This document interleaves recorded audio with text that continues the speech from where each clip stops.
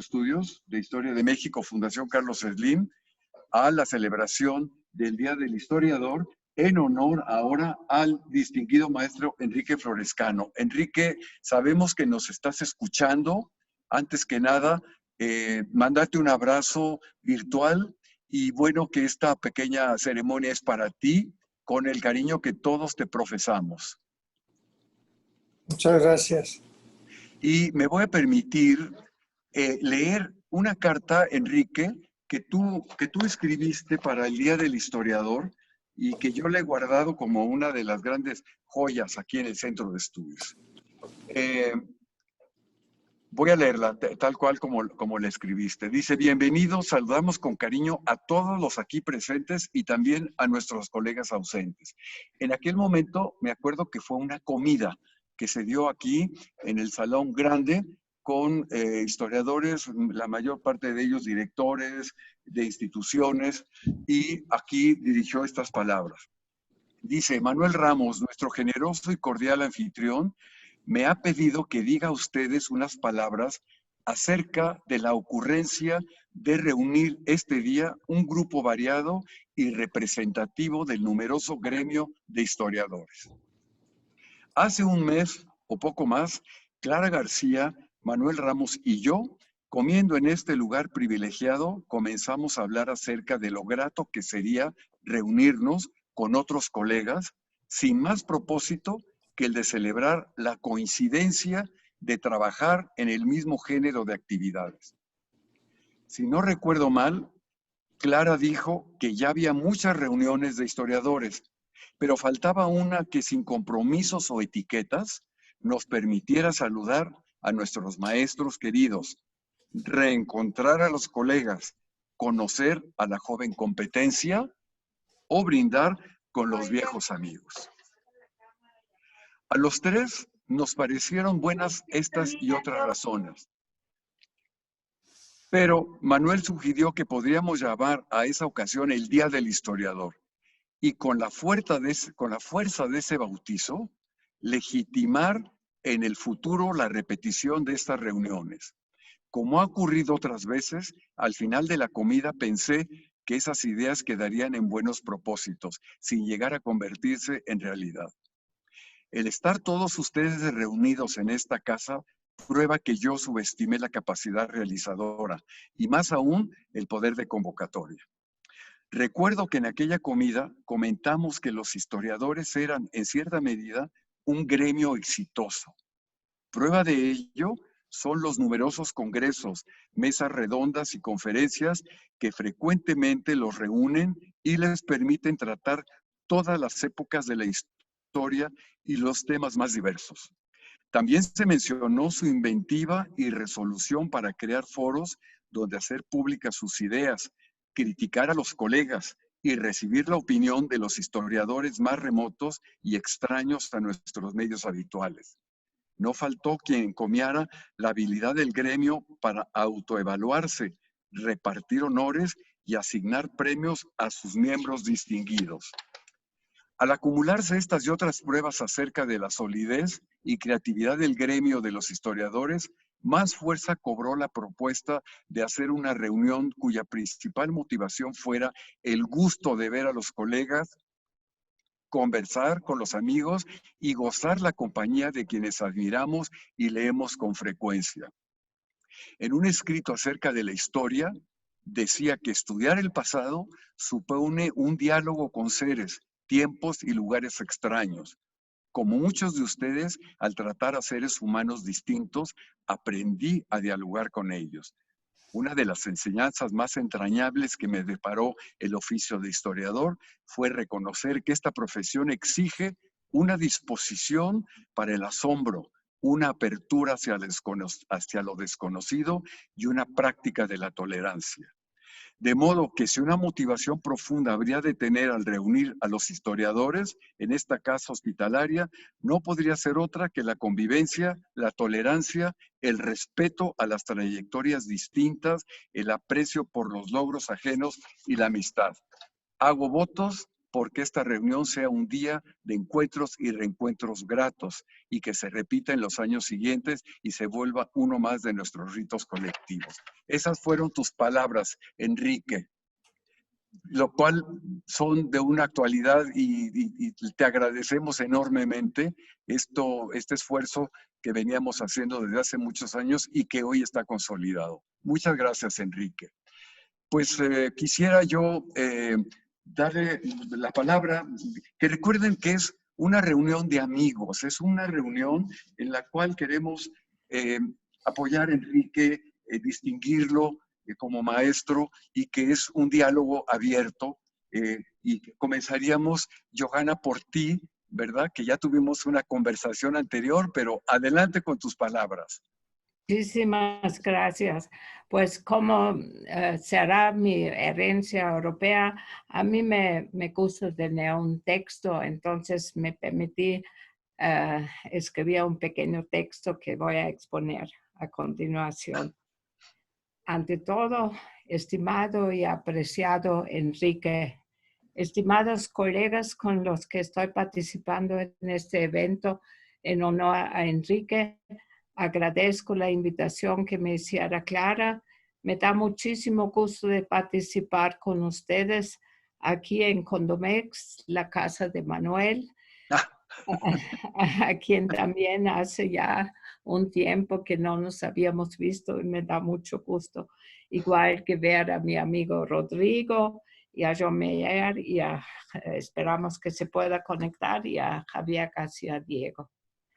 Si la idea es de compartir en esta ocasión algunos recuerdos que me resultan gratos recordar, iniciaré evocando el castillo de Chapultepec, la casa de los jardineros de antaño del castillo de Maximiliano, que está ubicado en la ladera del cerro. No sé si todos ustedes recuerdan que allí estaba albergado unos años la Dirección de Estudios Históricos. Eso ya es la prehistoria. Y se albergaba a principios de los años 1970 la Dirección de Estudios Históricos de Lina, cuyo director fue en estos años Enrique. Yo me encontraba recién desempacada de Europa, de Austria, y ingresé como investigadora al recién creado CICINA, que en ese momento todavía pertenecía a Lina. Así que yo cobré mis primeros sueldos o becas como investigadora de Lina, pero no duró mucho porque luego se cambió el CICINA al CIESAS. En 1972 y 73, esta dependencia del CICINA estaba acogida en este edificio referido del castillo. Y durante varios meses yo acudía allí a participar en el seminario sobre sociedad mexica que impartía Pedro Carrasco en este lugar. Siempre recuerdo que allí conocí a Enrique, quien tenía una excelente relación con Pedro Carrasco. Ellos compartían muchos enfoques académicos en común. En estos primeros encuentros recuerdo muy bien la actitud amable y generosa que mostró Enrique con los que estuvimos colaborando en el seminario de Pedro Carrasco sobre la sociedad mexica. Fue un encuentro muy grato y el inicio de una relación académica de muchos años que se extiende hasta el día de hoy. Siempre he encontrado en Enrique un auténtico interés en mis investigaciones y también un apoyo académico y he colaborado con él en numerosas ocasiones que me da muchísimo gusto recordar. Siguiendo recordando estos ya muy remotos años que para mí fueron el inicio de mis investigaciones acerca de la historia, la etnohistoria y la antropología de los pueblos indígenas de México. Asistí en 1976 al Congreso de Americanistas en París y junto con Ángel Paleán y Pedro Carrasco participé en un simposio que organizó Enrique sobre el desarrollo económico de México y América Latina, evento que publicó posteriormente como volumen colectivo en el Fondo de Cultura Económica. Se trata de un excelente volumen que he revisado de nuevo recientemente a la hora de participar ahora durante este año en varios eventos conmemorativos acerca de los años de 1519 a 21 y la conquista de México. Con ocasión de estas fechas conmemorativas, la opinión pública del país y sobre todo la academia han retomado discusiones acerca de la herencia de los pueblos indígenas de México.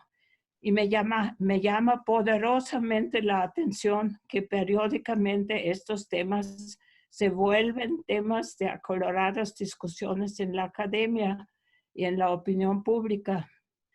Después que durante los gobiernos neoliberales de las décadas recientes se trataba de silenciar estas tan necesarias discusiones. Sin embargo, aunque el interés por la herencia indígena de México y el legado histórico de estos pueblos se ha vuelto nuevamente tema de discusión académica, los estudios acerca de los procesos económicos y políticos desencadenados por la conquista, el surgimiento de los inicios del capitalismo y del colonialismo interno, la fundación de los imperios coloniales a nivel mundial, estos temas hoy día no están de moda en la discusión actual. Y yo considero esto una laguna, una ausencia. Al respecto de esta importante discusión de hace ya casi 50 años, el simposio que Enrique organizara en 1976 acerca de estos temas, con la participación a nivel internacional de destacados historiadores, economistas y antropólogos, y su posterior publicación por el Fondo de Cultura Económica, sigue teniendo una gran relevancia hasta la actualidad. Estuve releyendo las páginas de este volumen en el que tuve el privilegio de participar con un capítulo acerca de la comunidad indígena después de la conquista. Yo no soy la persona más indicada para hacer un recuento de toda la gran obra multifacética de Enrique. Además, no me corresponde el tiempo. Aquí mis colegas están más especializados en esos temas históricos y sin duda se van a referir a algunos de estos aspectos. Sin embargo, por otra parte, he seguido con mucho interés la incursión de Enrique en las lecturas críticas de la arqueología y la historia y antropología prehispánicas de México, y siempre hemos estado en comunicación a este respecto. Yo admiro mucho que Enrique haya establecido en sus libros acerca del mundo prehispánico una gran síntesis a partir de la lectura y la investigación de esos temas. Él nos proporciona esta lectura y una interpretación acerca de los procesos políticos que han forjado a la área cultural mesoamericana a través del tiempo. A partir de los materiales arqueológicos e incorporando novedosa información de estudiosos norteamericanos y a nivel internacional, que son relativamente poco conocidos en México, que han sido poco conocidos en México, Enrique ha reconstruido estos procesos sociales y políticos que nos transmiten una visión de conjunto que hace tanta falta y que además parte de las condiciones políticas y materiales de las sociedades de Mesoamérica para adentrarse en un complejo mundo de los procesos culturales y simbólicos de estas sociedades. En muchas otras investigaciones especializadas de arqueólogos e historiadores, estas interrelaciones entre lo material y lo simbólico no quedan suficientemente abordados. Enrique Florescano ha escrito una verdadera historia cultural de México, pero sin descuidar de atención a los procesos políticos matriz de esta historia cultural, como lo demuestra otra de sus obras más importantes acerca de los orígenes del poder político en Mesoamérica. Además, Florescano reflexiona en sus libros acerca de la memoria mexicana, título con el que inició la secuencia de los volúmenes respectivos, acerca de los procesos de larga duración que abarcan desde la historia prehispánica y el proceso colonial hasta el México independiente. Visualizar este proceso de larga duración hace mucha falta para entender la idiosincrasia del México de hoy y de asumir plenamente el legado del pasado. Para finalizar, mencionaré que Enrique nos ha confesado que siempre desde joven le ha intrigado la cuestión de los dioses y héroes culturales prehispánicos, sus andanzas e historias, que ahora él ha reconstruido con una gran paciencia y pasión. Gracias, Enrique, por tu gran obra tan prolífica, profunda y tan bien escrita. Muchas gracias por estar aquí con ustedes y un gran abrazo para Enrique y mis colegas. Muchas gracias. Gracias.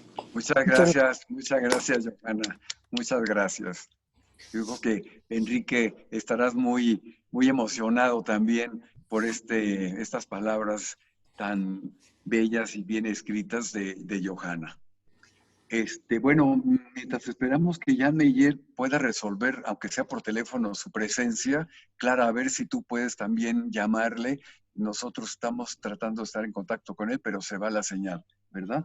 Y entonces, Javier García Diego, tienes la palabra. Recuerda que es una reunión de amigos, una reunión que el objetivo principal es que Enrique esté con nosotros bien contento en todo lo que tiene que hacer por delante. Y adelante, Javier.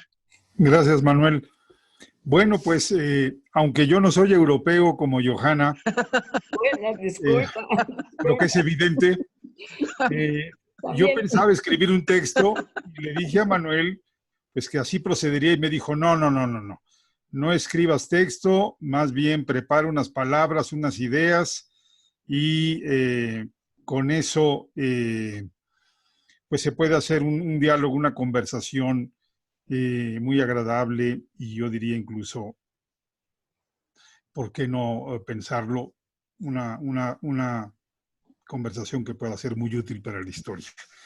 Yo no quiero iniciar como el típico aguafiestas, pero también quisiera recordar a todos los que están hoy aquí con nosotros, con Enrique, los que estamos hablando, que ayer más bien, pero el día del historiador, el 12 de septiembre, fue el día que falleció Álvaro Matute. Entonces yo desde aquí, pues quisiera hacer también un recordatorio de Álvaro. No me voy a referir a él, no es el momento, pero sí me llama la atención que en esta reunión se puedan confluir las trayectorias y los recuerdos de estos dos grandes maestros, dos grandes colegas, dos grandes historiadores.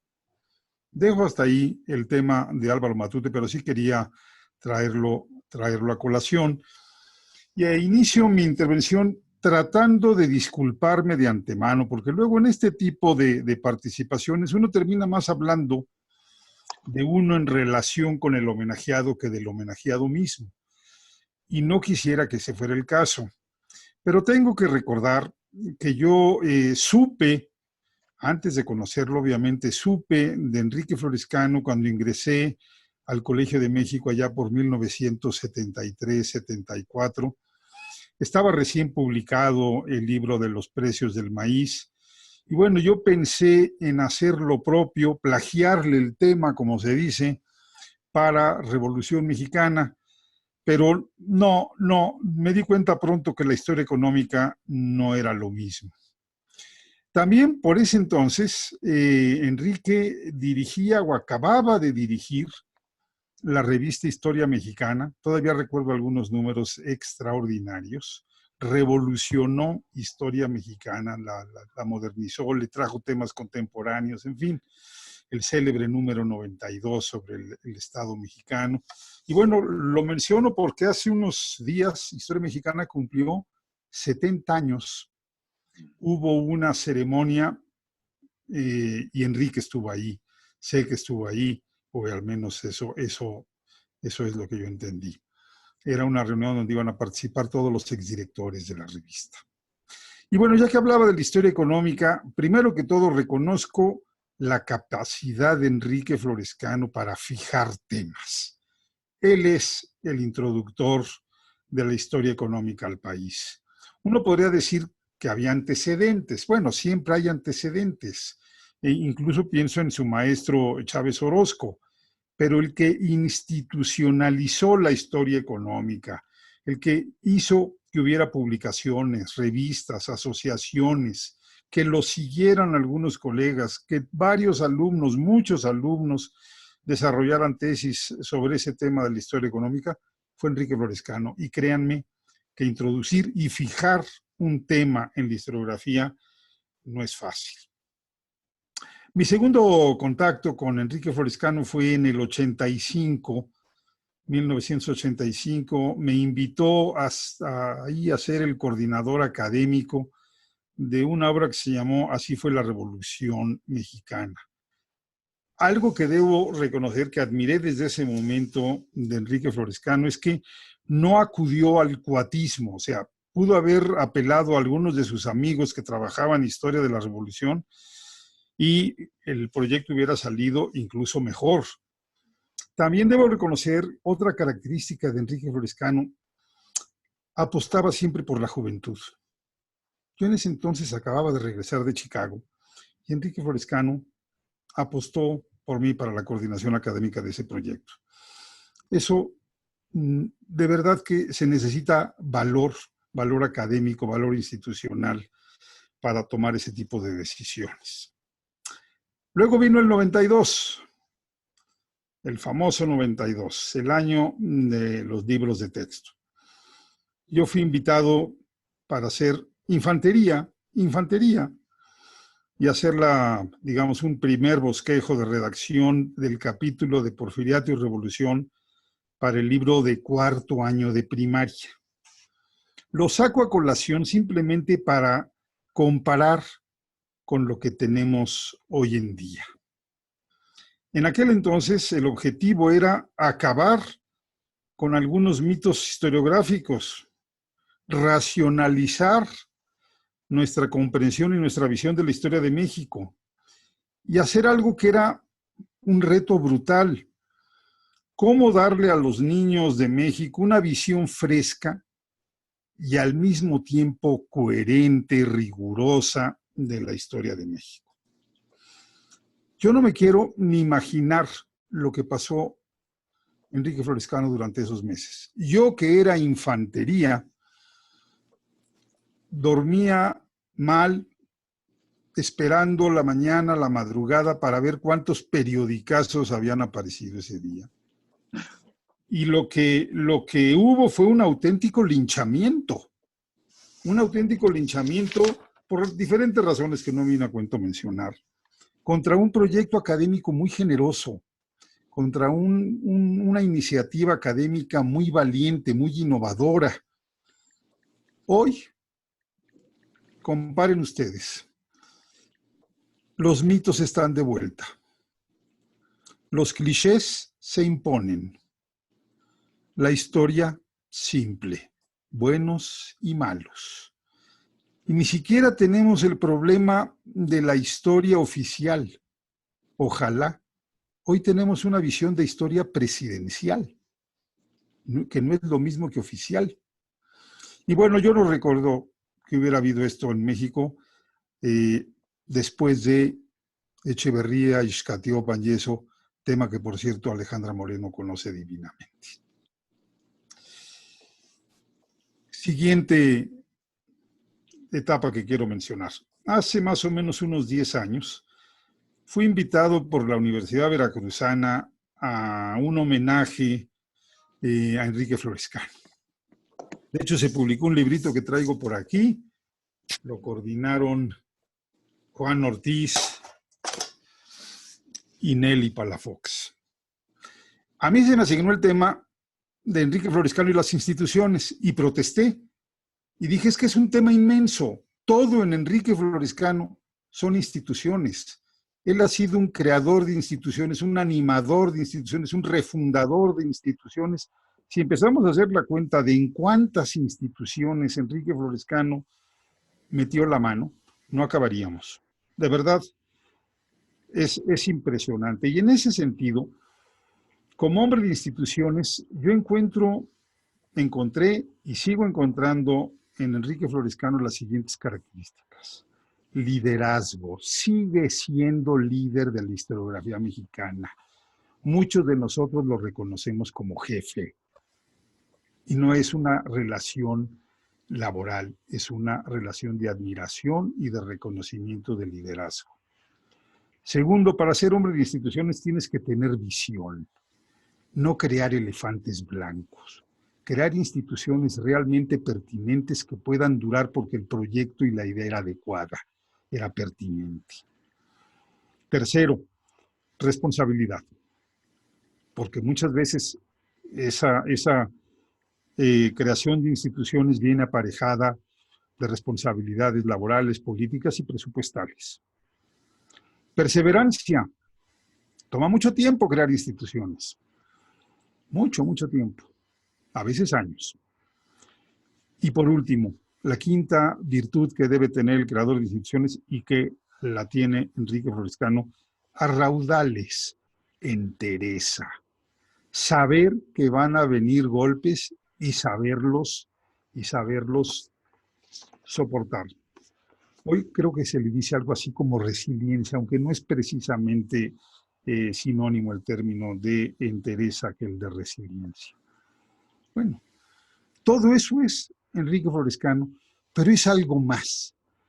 Es un hombre de proyectos, y lo digo en plural. Enrique Florescano, cuando tú te lo encuentras y le dices qué libro estás escribiendo, en realidad le deberías decir qué libros, siempre en plural. Enrique Florescano no solamente es autor de libros, es autor de colecciones, de series. Ser 70, Biblioteca Mexicana, obviamente la revista Nexos. Instituciones, ya Johanna mencionaba, el Castillo. El Castillo, cuando decimos el Castillo, sabemos a qué etapa nos estamos refiriendo. Así de sencillo y así de difícil. Entonces, yo con esto quisiera pues homenajear a Enrique Florescano. De verdad, él no se imagina lo que yo le debo, estas oportunidades, pero no es tanto lo que yo le debo, es lo que le debe la historiografía mexicana. La historiografía mexicana está en deuda y estará en deuda por mucho tiempo con Enrique Florescano. Es muy difícil decir cuál es el mejor historiador de México. Tú no puedes comparar entre alguien que hace historia prehispánica con alguien que hace historia política del siglo XIX o historia económica del periodo novohispano. Pero sí podemos decir cuáles son los líderes y cuáles son los historiadores más importantes. Y sin lugar a dudas, Enrique Florescano es uno de ellos. Te mando un abrazo cariñosísimo, mi querido Enrique Florescano, y agradezco a los organizadores que me hayan invitado a participar en este sentido homenaje. Muchísimas gracias. Muchas gracias. Gracias, Javier. Muchas gracias. Enrique, ¿tú quisieras decir algo ahora o más adelante? Más adelante, pero muchas gracias a Javier por tantos recuerdos y su valioso pensamiento acerca de mí. Gracias. Muchas gracias, Enrique. Pues, Rodrigo, tienes la palabra. Muchas gracias, Manuel. Muchas gracias por invitarme a ti y a Clara.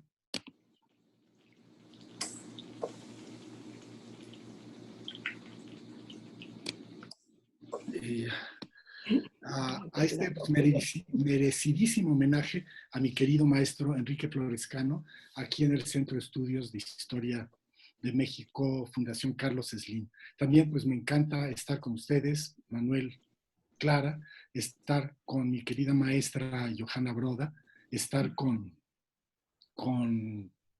bueno, Jean Meyer, espero que llegue, y pues con Javier García Diego, me da mucho gusto estar, y ojalá que llegue Jean Meyer. Prefiero también yo leerles en esta ocasión, porque sí quiero, exactamente como lo dijo Javier García Diego, no quiero tanto hablar de mi relación con Enrique. Por cierto, ya comencé a escribir eso, son muchas historias que voy a poder platicar, pero sí pensando sobre todo en las jóvenes generaciones, quisiera dar un panorama un poco amplio de pues, todas las diferentes cosas que ha hecho Enrique. A ver qué tal les parece. Participar en este homenaje a Enrique Florescano, hoy lunes 13 de septiembre de 2021, para celebrar el Día del Historiador, al amparo del Centro de Estudios de Historia de México de la Fundación Carlos Slim, me llena de una emoción muy particular, porque Enrique ha sido para mí un maestro y mucho tiempo un jefe. Ahí sí, jefe, fue mi jefe, Javier, además de que lo sigue siendo. Y siempre un ejemplo y un verdadero amigo, desde que me inició hace ya más de 40 años al oficio de historiador, al admitirme a trabajar en el Departamento de Investigaciones Históricas, hoy Dirección de Estudios Históricos de Lina, el Castillo, como dicen Javier y Johanna, cosa que siempre le agradeceré, al igual que su apoyo y consejo permanentes. Y su ejemplo. Nunca ha dejado de admirarme su portentosa capacidad de trabajo. En aquel entonces, al mismo tiempo dirigía el Departamento de Investigaciones Históricas y la revista Nexos, Sociedad, Ciencia y Literatura, en su primera y mejor época. Dirigía tesis y múltiples proyectos académicos. Escribía artículos y libros, daba clases, dictaba conferencias, presentaba ponencias, jugaba tenis por las mañanas, viajaba y vivía plenamente su vida personal y familiar. Lo pueden decir su esposa Alejandra Moreno Toscano, aquí presente, y sus hijas Claudia y Valeria, y ahora también sus nietas.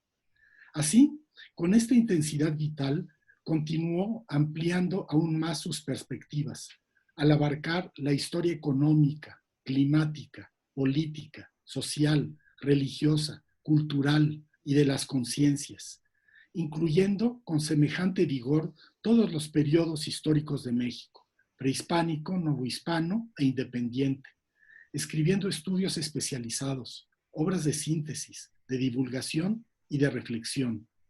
Esta capacidad de iniciativa casi fáusticas tienen que ver con una característica personal, pero también con una voluntad y una decisión propias, algo así como el imperativo categórico de vivir la vida, cada momento de la vida, con la mayor intensidad posible. Cada momento es sagrado, nos es dado y nos corresponde vivirlo con la mayor intensidad y concentración. El carpe diem horaciano. Es notable, por ejemplo, que precisamente cuando tenía la gran carga de trabajo burocrático, político e intelectual que implicaba ser director general del INAH, Florescano publicara su libro Memoria Mexicana, ensayo sobre la reconstrucción del pasado, época prehispánica hasta 1821, es de 1987, que abrió un nuevo ciclo suyo de estudios sobre la autoconciencia de las sociedades mexicanas a lo largo del tiempo. Memoria Mexicana fue el inicio de un nuevo periodo de investigación, pero también fue la culminación de una trayectoria que lo fue preparando en los años anteriores.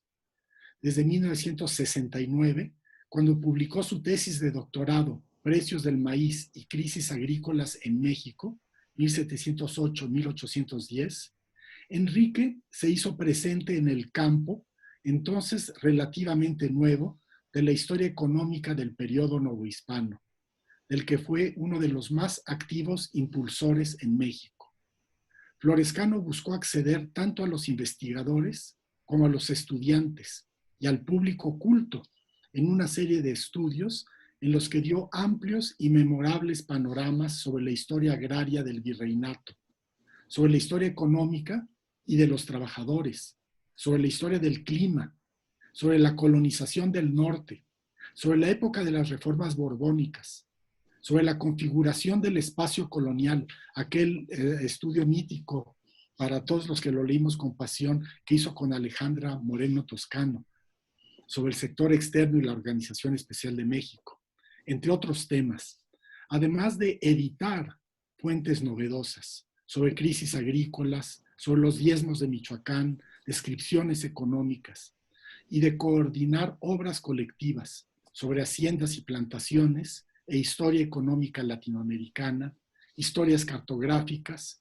ilustradas y regionales, y colecciones de libros de historia del comercio exterior, de historia de la salud, asesor de los beneméritos CEP 70, la Biblioteca Mexicana que mencionó Javier, la historia ilustrada de México, que aún se está, bueno, que ya se dejó de publicar, magnífica.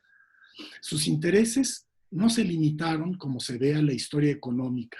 Y es significativo repasar los seminarios en los que Florescano organizó a los investigadores del Departamento de Investigaciones Históricas en el Castillo. Seminario de Historia Urbana, coordinado por Alejandra Moreno Toscano, de Historia Económica y Social del siglo XIX, coordinada por Ciro Flamarión Santana Cardoso, de Historia de las Mentalidades, coordinado por Solange Alberro y Serge Grusinski, de la Cultura Nacional, con Carlos Monsiváis y José Emilio Pacheco, de Historia Oral, con Alicia Oliveira, de Historia de la Agricultura, el propio Enrique, entre otros.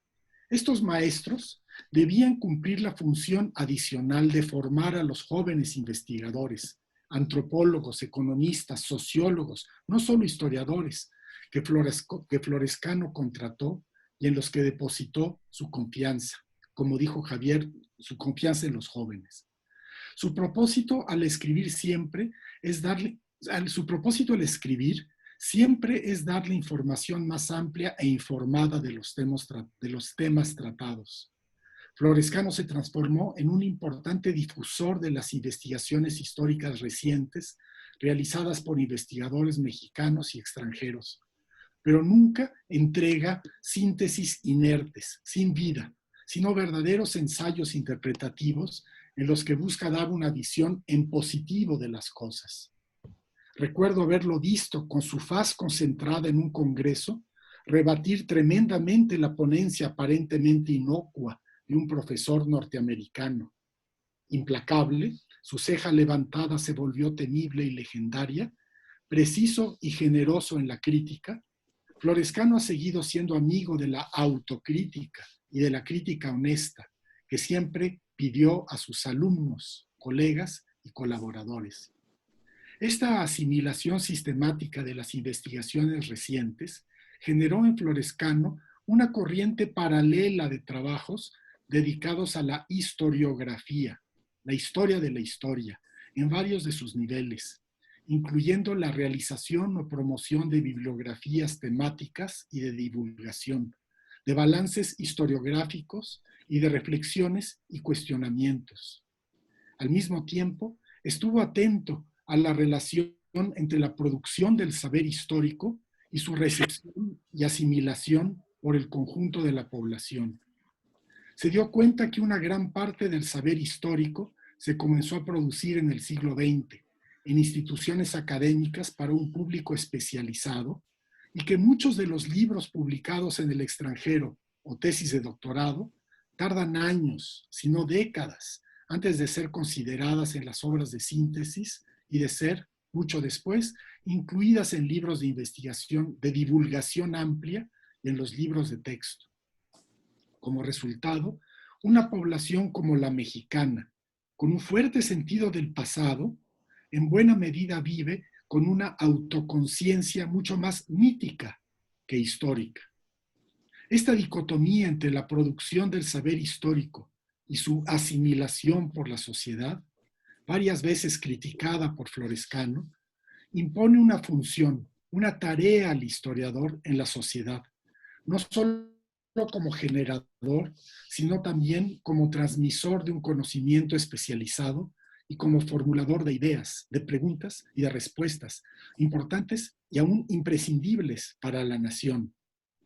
La consideración amplia de las investigaciones de historia mexicana permite acceder a un mirador privilegiado de nuestro ser, porque abarca tanto las investigaciones nacionales como las extranjeras, que dan en su conjunto una pluralidad de visiones, críticas y amistosas a la vez, invaluables para el mejor y más honesto conocimiento de nosotros mismos.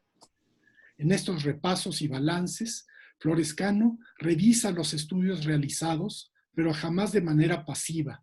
Siempre un orgullo de raigambre juarista lo hace afirmar una concepción propia, con significado profundo para la historia del país.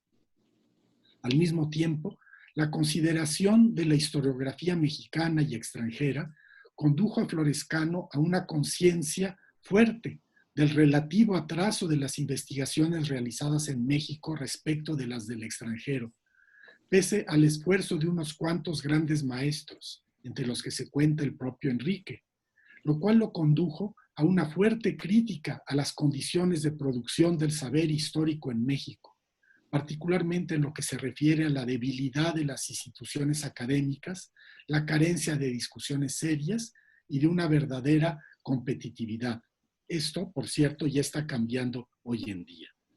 Esta reflexión historiográfica, que acompañó sus años de estudio de historia económica y social colonial, culminó en un intento de aprehensión global de las cambiantes visiones del pasado que han privado en México, Memoria Mexicana, que inició una nueva veta de estudios de Enrique Florescano. Esta investigación sobre la memoria histórica de México a lo largo de su historia se refiere no tanto a la memoria de los individuos a lo largo del tiempo, sino en primer lugar a la memoria del poder, de las formaciones estatales, por lo que Florescano se interesará tanto en las reconstrucciones positivas del pasado como en la formación e imposición de versiones mitológicas, apologéticas y propagandísticas. Memoria Mexicana era el primer volumen dedicado a los periodos prehispánico y colonial de un estudio que debía abarcar también los siglos XIX y XX. Después de la primera edición de 1987, Florescano publicó 2 versiones sucesivamente ampliadas de Memoria Mexicana, pero no publicó el anunciado segundo volumen. No es que la historiografía del México independiente no le haya interesado, pues en varios libros posteriores la ha tratado o tocado desde diversos puntos de vista, supliendo en cierta medida el volumen anunciado. La historia y la historiografía del México colonial e independiente siguieron interesando fuertemente a Enrique. En El Nuevo Pasado Mexicano, de 1991, ofreció a los estudiantes e investigadores un útil panorama de los estudios recientes sobre la historia de México, tratando sucesivamente los periodos prehispánico, novohispano y nacional. Pero los capítulos más vigorosos son el relativamente breve que dedica al siglo XIX y el extenso que dedica a la Revolución Mexicana bajo la mira del revisionismo histórico, hoy denostado, por cierto, más un severo diagnóstico sobre los desafíos del presente y del futuro. En otro libro, Etnia, Estado y Nación, escrito en 1997, para intentar dar cierta claridad en relación con las preguntas que planteó al país la rebelión chiapaneca. ¿Oyes bien y se ve bien? Sí, muy bien. Muchos elogios. Muchos elogios. Muy bien. Sí, pero cómo no. Tras dar un panorama de la matriz nativa y de los indígenas y la sociedad colonial, Florescano presentó las complejas relaciones entre el Estado Nacional y los indígenas y evaluó los saldos de las luchas indígenas y campesinas en el siglo XX. Su Historia de las historias de la nación mexicana, de 2002, comienza en el preclásico y continúa hasta el presente, lo mismo que La bandera mexicana, breve historia de su formación y simbolismo, de 1998, uno de sus libros más logrados, recientemente reeditado, ampliado y bien ilustrado con la colaboración de Moisés Guzmán Pérez. Me acaba de llegar la edición rústica de este precioso libro sobre la bandera mexicana. Habría que mencionar igualmente dos obras coordinadas por Enrique, que respectivamente muestran las dos caras de la memoria mexicana en el siglo XX. Historiadores de México en el siglo XX y mitos mexicanos, ambos de 1995. Así pues, el estudio sistemático de Florescano de la historiografía mexicana lo condujo a la concepción de una gran investigación de la memoria mexicana a lo largo del tiempo, en la que el registro histórico y la mitología no dejaron de mantener una relación compleja y significativa. Y aunque su proyecto abarca el conjunto de la historia mexicana, los aportes, los descubrimientos, las ideas fundamentales y más notables han surgido en su estudio del periodo prehispánico, de donde surgieron también muchos de los elementos que dieron vigor a su entendimiento de la situación en los periodos posteriores. Entre la primera edición de 1987 de Memoria Mexicana y la segunda, de 1994, la parte prehispánica creció de 80 a 250 páginas. Todos los capítulos fueron reformulados y repensados y aparecieron dos capítulos nuevos. El primero está dedicado a las cosmogonías mesoamericanas y la creación del espacio, el tiempo y la memoria. Y su elaboración corrió pareja a la del librito Tiempo, Espacio y Memoria Histórica entre los Mayas de 1992 y fue continuado y profundizado por Memoria Mexicana, Memoria Indígena de 1999 y La Historia de las Historias de la Nación Mexicana de 2002. En este libro fundamental, Florescano definió una serie de cánones o paradigmas de la reconstrucción histórica mítica del pasado en México, en la que sobresale el planteamiento de la existencia de un primer libro o códice mexicano originario, compuesto en los primeros siglos de nuestra era, en donde se expone en toda su amplitud el origen de los dioses, del mundo, de los hombres, de la agricultura, de los reyes y de los reinos. Este primer libro mexicano merece destacarse. Es un libro de historia y su contenido fue reproducido y adaptado en los relatos históricos que los diferentes señoríos, reinos e imperios, hasta que con las grandes migraciones del periodo posclásico, el canon fue, piensa Enrique, parcialmente modificado para incluir las migraciones de los pueblos desde su mítico lugar de origen hasta su asentamiento propio. El otro capítulo agregado a la segunda edición de Memoria Mexicana está dedicado precisamente a la relación de mito e historia, dos de cuyos apartados tratan de la ciudad maravillosa y de el mito de Quetzalcóatl, que resultaron altamente engendradores, productivos de estudios y reflexiones. En el apartado dedicado a la ciudad maravillosa, Enrique establece que por sus características, la imagen idílica de Tula corresponde a lugares donde siglos antes se desarrolló la civilización olmeca o la gran cultura maya. Esta imagen de Tollan, sin embargo, es más bien la expresión de un ideal de civilidad que fue seguido y retomado por Teotihuacán, Tula, Cholula y Tenochtitlan, entre otras grandes ciudades. Queda pues rota la identificación hecha desde los años 40 del siglo XX de la mítica Tollan con la entonces recién descubierta ciudad de Tula, Xicocotitlán, en el actual estado de Hidalgo. Y a pesar de que Florescano reconoce la primacía y grandeza de Teotihuacán, solo en Memoria Indígena va a plantear la identificación de la Tollan primigenia con una ciudad particular, Teotihuacán, como lo habían sostenido ya algunos investigadores solitarios, como Laurent Séjourné. El mérito de Florescano no reside, pues, en la novedad de la hipótesis, sino en la fuerza de la argumentación, la consistencia de las fuentes y el desarrollo de sus consecuencias. Es impresionante la cantidad de información que Florescano recoge, articulando las investigaciones arqueológica, documental, iconográfica y epigráfica, muchas veces contrapuestas.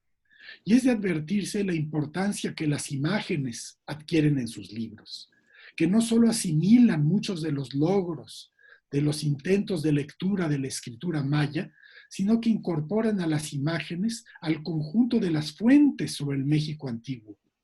Ahora que un universo de códices en piedra y cerámica se agrega a los escasos códices prehispánicos en papel sobrevivientes, Florescano nos enseña a ver, a observar, a entender. Muchas cuestiones siguen abiertas. Si Teotihuacán tuvo el nombre mismo de Tolan, si pudieron existir otras Tolan, existentes o ideales, antes de Teotihuacán. Si realmente en Tolan, Teotihuacán, se hablaba una forma del náhuatl. Si allí nació el mito de los 5 soles cosmogónicos. Siempre discuto eso con Enrique. La naturaleza de la dimensión imperial de Teotihuacán, etc. Pero lo importante es que la hipótesis de la identificación de Tolan con Teotihuacán permite rearticular y repensar la historia toda del México prehispánico. La cuestión no carece de importancia por lo que se ve, y sin embargo, la identificación propuesta por Florescano no ha recibido la recepción que se merece entre los historiadores. No me refiero, por supuesto, a una aceptación llana, sino a la posibilidad de una discusión a fondo de la identificación y de sus implicaciones. El otro apartado agregado a la segunda edición de Memoria Mexicana se refiere al mito de Quetzalcóatl, que también dio lugar a una serie de libros. El mito de Quetzalcóatl de 1993, con una segunda edición muy ampliada en 1995, y Quetzalcóatl y los mitos fundadores de Mesoamérica, que no es una tercera edición, sino una nueva formulación del problema. Y varios otros libros, hasta llegar al reciente Dioses y Héroes del México Antiguo de 2020. Es de recordarse que las primeras contribuciones de Florescano sobre Quetzalcóatl y Tolan datan de 2 artículos publicados en las revistas Historia Mexicana y Cuadernos Americanos, la de Silva Herzog, Silva Herzog abuelo, al comienzo de la carrera de Enrique, en 1963 y 1964, hace ya casi 60 años, sí. Y que Enrique Florescano, en colaboración con Alejandra Moreno Toscano, su esposa, compañera intelectual de trabajos y de vida, publicara en 1965 su primer gran balance historiográfico dedicado precisamente a la bibliografía del maíz en México.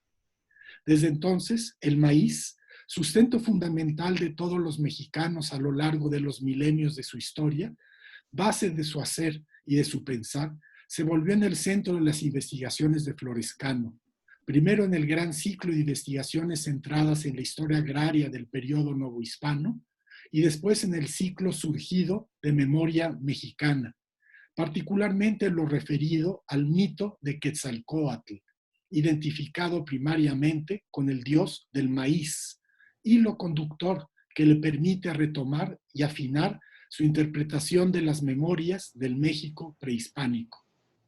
Dios de la vida, de la creatividad y de la regeneración, de la unidad del todo y de su riqueza, se entiende que Quetzalcóatl, acaso con su pareja Tonantzin-Cihuacóatl, sea el numen tutelar de Enrique Florescano. Muchas gracias, Enrique. Muchas gracias, Rodrigo. Muchas gracias. Y el doctor Meyer de plano no se pudo conectar. Entonces voy a dar la palabra a Clara García, con quien ideamos este acto que pensábamos que era más espontáneo. ¿verdad? Bueno, también quiero decir que Enrique le dictó un texto a Clara para que lo leyera y te damos la palabra a Clara. Gracias, Manuel. Gracias, colegas. Y gracias, Enrique, por estar aquí. Alejandra, Claudia, Valeria y la familia Florescano extensa, también los saludo. Yo, a diferencia de mis colegas que me han precedido en este Día del Historiador en honor a Enrique, voy a ser como el borrego errante. Yo sí me voy a ceñir a los 5 minutos y yo sí voy a dar únicamente una visión muy personal y cariñosa que le quiero ofrecer a Enrique. Parte de esto ya, y como se darán cuenta algunos, ya lo había dicho, pero creo que es importante repetirlo en este momento. Entonces lo voy a leer porque estoy bastante emocionada. Va a ser rápido. Aquí estamos reunidos en el Día del Historiador para celebrar a todos y todas las colegas historiadoras y su labor, aún dentro de todas las dificultades que ha impuesto esta pandemia, pero también para rendir un merecido honor a uno de los historiadores más destacados e influyentes de los últimos años, mi querido amigo Enrique Florescano. Una parte de lo que diré hoy ya lo escribí en otra parte, en otro momento, como en el libro que publicó Nelly Palafox, aquí presente. Hola Nelly, y Juan Ortiz, para su homenaje que se hizo en su estado natal de Veracruz. Y quise rescatar parte de este texto para dejar de nuevo públicamente un testimonio de mi experiencia con Enrique y el impacto que esa amistad ha tenido en mi trabajo y en mi vida.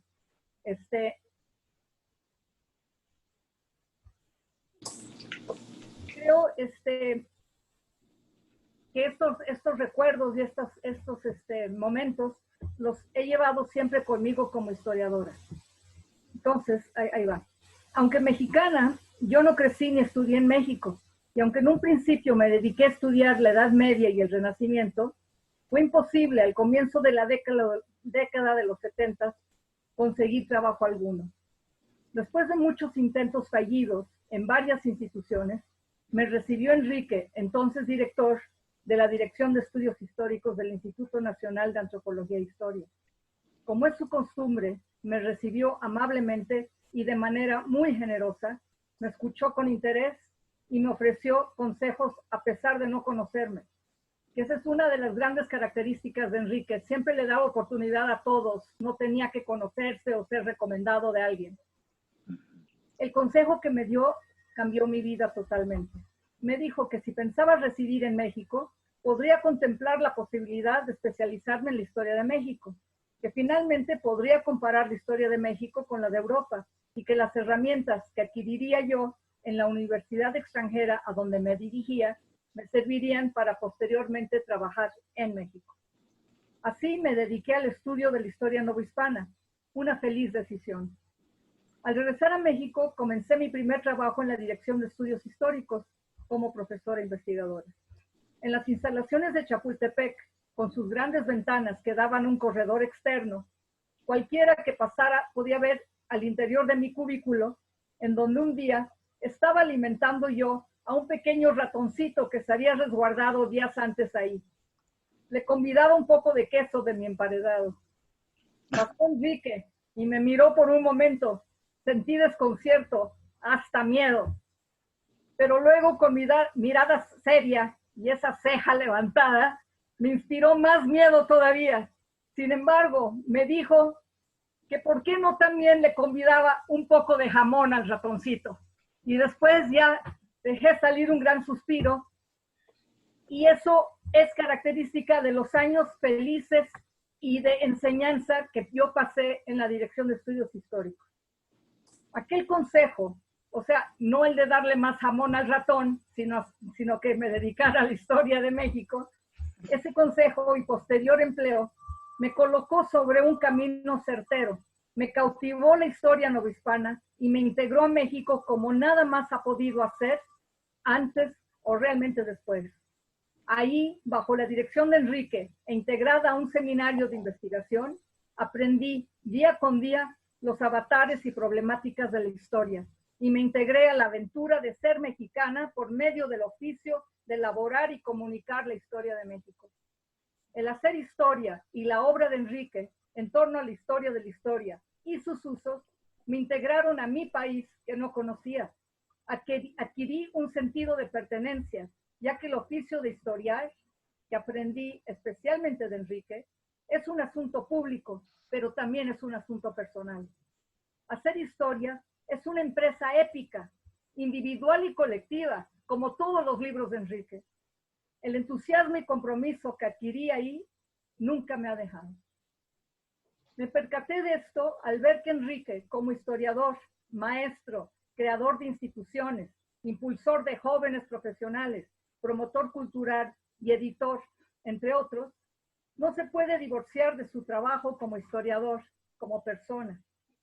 Voraz lector de la historia, de insaciable curiosidad intelectual súper contagiosa y de gran generosidad, Enrique es, sobre todo, un humanista que entiende la historia como una explicación de la humanidad colectiva, paradójica y maravillosa, contradictoria y retadora, creadora, en donde la memoria conserva los eventos y los procesos necesarios para vivir y perdurar. Aprendí que la historia tiene un papel activo, una función social que la perfila a tomar parte en los acontecimientos y a no estar por encima de ellos. Yo creo en lo significativo de los ritos y ceremonias, a eso me dedico, a eso es lo que estudio. Y hoy, en el umbral del resto de mi vida, portando una nueva piel y con el corazón en la mano, te agradezco, Enrique, especialmente tu constante mentoría y tu amistad. Y te quiero afirmar aquí y en público, hoy, que contemples tu legado, que no nos vamos, que seguiremos persiguiendo la historia y que hoy no quise hablar de Florescano, el historiador, que tanto ha contribuido a la historiografía mexicana, sino de Enrique, mi amigo y mi mentor, y ese amigo hoy le doy las gracias. Muchas gracias. Muchas gracias, Clara. Y ahora, gracias. Y ahora me permito leer un recadito que me dictó Enrique esta mañana por teléfono. Clara, Manuel, amigos historiadores, muchas gracias por esta alegría inesperada. Me siento muy feliz y agradecido por sus palabras, sus recuerdos y trabajo conjunto a favor de la historia y del pensamiento que nos hace ver el presente y a quienes nos precedieron. Sus voces, sus hechos, siguen alimentando la continuidad de la vida. Gracias mil a todos quienes me enseñaron y me apoyaron y que siguen siendo mis amigos. Enrique Florescano.